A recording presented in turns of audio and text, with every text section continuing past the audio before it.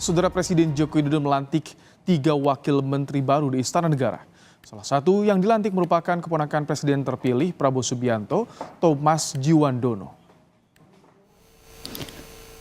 Wakil Menteri Negara Kabinet Indonesia Maju, periode tahun 2019-2024 oleh Deputi Thomas Djiwandono dilantik sebagai Wakil Menteri Keuangan. Thomas bersama dengan Menteri Keuangan Sri Mulyani akan mengawal anggaran pendapatan dan belanja negara baik yang sedang berjalan maupun RAPBN untuk pemerintahan Prabowo Gibran. Pelantikan ini juga dihadiri Presiden terpilih Prabowo Subianto.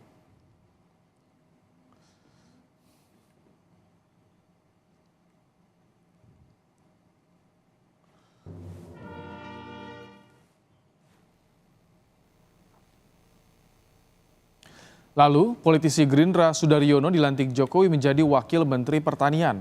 Sudaryono kini menjabat Ketua DPD Partai Gerindra Jawa Tengah. Sementara Yulio Tanjung dilantik menjadi Wakil Menteri Investasi.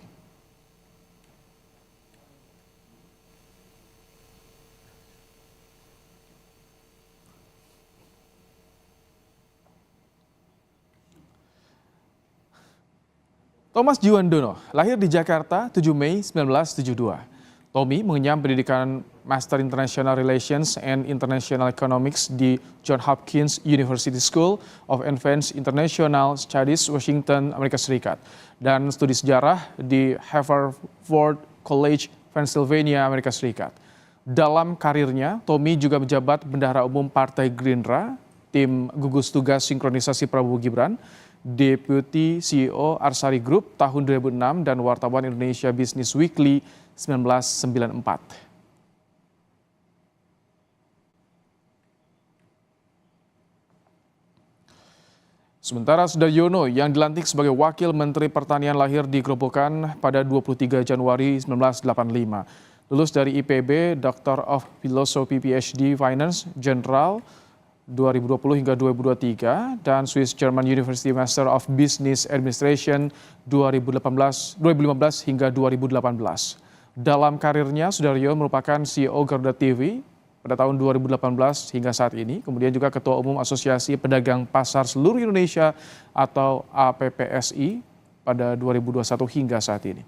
Ketua Dewan Pembina DPP Pedagang Pejuang Indonesia Raya atau PAPERA pada 2021 hingga 2025. Ia juga merupakan Ketua DPD Gerindra Jawa Tengah, Wakil Sekjen Partai Gerindra periode 2020 hingga 2025.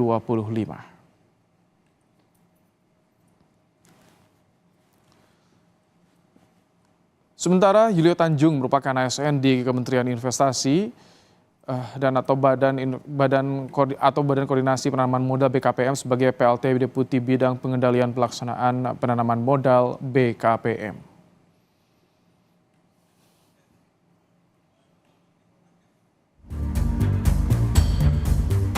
Sebelum dilantik sebagai Wakil Menteri Keuangan, Thomas Djiwandono yang juga keponakan Presiden terpilih Prabowo Subianto sudah 2 bulan menjalin komunikasi dengan Menkyu Sri Mulyani membahas soal penyusunan RAPBN 2025. Dalam pertemuan pada akhir Mei lalu, Menteri Keuangan Sri Mulyani sempat memperkenalkan Thomas Djiwandono sebagai salah satu sosok kunci dalam pertemuan itu.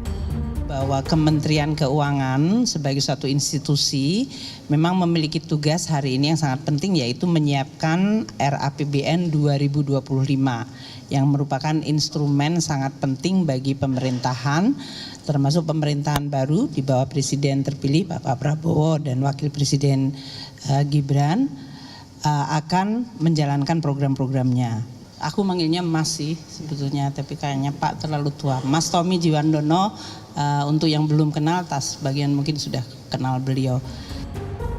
Keduanya kembali bertemu pada 24 Juni 2024 dalam rangka konferensi pers mengenai fundamental ekonomi terkini dan rancangan anggaran pendapatan belanja negara RAPBN bersama Menko Perekonomian Erlangga Hartarto. Dalam pertemuan itu, Thomas menjelaskan sinkronisasi dan keberlanjutan berjalan lancar. Saya ingin menggarisbawahi bahwa rapat tersebut itu menunjukkan pertama komunikasi dan sinkronisasi yang lancar, tapi lebih penting lagi adalah kontinuitas kebijakan antara Presiden Joko Widodo dan Presiden terpilih Prabowo Subianto. Pengamat menilai, masuknya tim sinkronisasi kepemerintahan untuk memuluskan transisi pemerintahan Jokowi Ma'ruf ke Prabowo Gibran. Kompromi antara kekuatan Pak Prabowo sebagai presiden terpilih dengan Pak Jokowi sebagai presiden yang akan berakhir masa jabatannya. Oleh karena itu ya perlu politik akomodasi bagi orang-orangnya Pak Prabowo untuk katakanlah dilantik lebih dulu, lebih awal di kabinet Pak Jokowi menjadi wakil menteri. Jadi ya apa bergainingnya, komprominya, ya tentu ya pemerintahan nanti berjalan dengan mulus, berjalan dengan baik, berjalan dengan aman, sehingga nanti pun ketika Pak Jokowi misalkan punya keinginan, punya titipan gitu kepada pemerintahan Prabowo yang baru, ya bisa saja diakomodir oleh Pak Prabowo. Masuknya Thomas Djiwandono ke Kabinet Indonesia Maju diperkirakan akan memuluskan proses transisi pemerintahan dan menyelaraskan APBN yang sedang berjalan dengan program pemerintahan mendatang. Tim Liputan, Kompas TV. Masuknya orang-orang Prabowo ke dalam Kabinet Jokowi Ma'ruf disebut-sebut akan memuluskan transisi pemerintahan. Selengkapnya, saudara, kita akan bahas bersama Direktur Eksekutif Parameter Politik Indonesia, Adi Praitno. Selamat sore, Mas Adi. Selamat sore, Baim. Baik, Mas Adi, apakah ini bisa dibilang sebuah kompromi antara Jokowi dan Prabowo demi kepentingan keduanya? Saya tidak terlampau melihat ke arah itu ya, bahwa Jokowi dan Prabowo akan berkompromi soal postur kabinet dan mensinkronisasi kebutuhan politiknya di masa yang akan datang. Tentu itu tidak ada yang bisa membantah apapun, karena selama ini publik tahunya bahwa Prabowo ini adalah bagian dari kelanjutan apa yang sudah dilakukan oleh Jokowi selama 10 tahun. Saya justru melihat satu hal yang cukup mencolok dengan dilantiknya 3 wakil menteri sore hari ini, yaitu untuk memudahkan masa transisi peralihan kekuasaan politik dari Jokowi ke Prabowo Subianto, terutama di bidang ekonomi. Jadi tidak mengherankan kalau yang dilantik itu adalah mereka yang sebenarnya secara ekonomi sepertinya menjadi stressing yang cukup diandalkan ketika Prabowo nanti tanggal 20 sudah dilantik menjadi presiden. Misalnya soal Thomas Djiwandono, ya kita tahu adalah sebagai sosok yang cukup ahli di bidang ekonomi, terutama ekonomi di bidang market ya khususnya, bagaimana membaca postur anggaran APBN kita ke depan disesuaikan dengan program-program strategis yang akan diwujudkan oleh Prabowo seperti makan gizi gratis, susu gratis, dan seterusnya.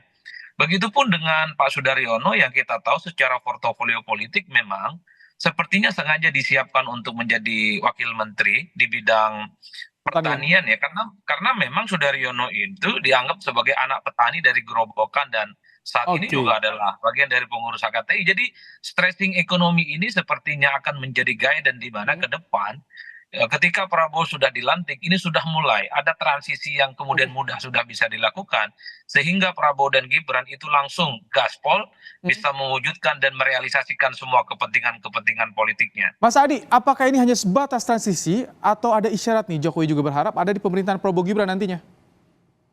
Kalau saya membaca memang ini sebenarnya untuk mensinkronisasikan, untuk memudahkan, dan mengkombinasikan bagaimana semua hal yang sudah dilakukan oleh Jokowi itu akan dilanjutkan secara total 100% oleh Prabowo dan Gibran.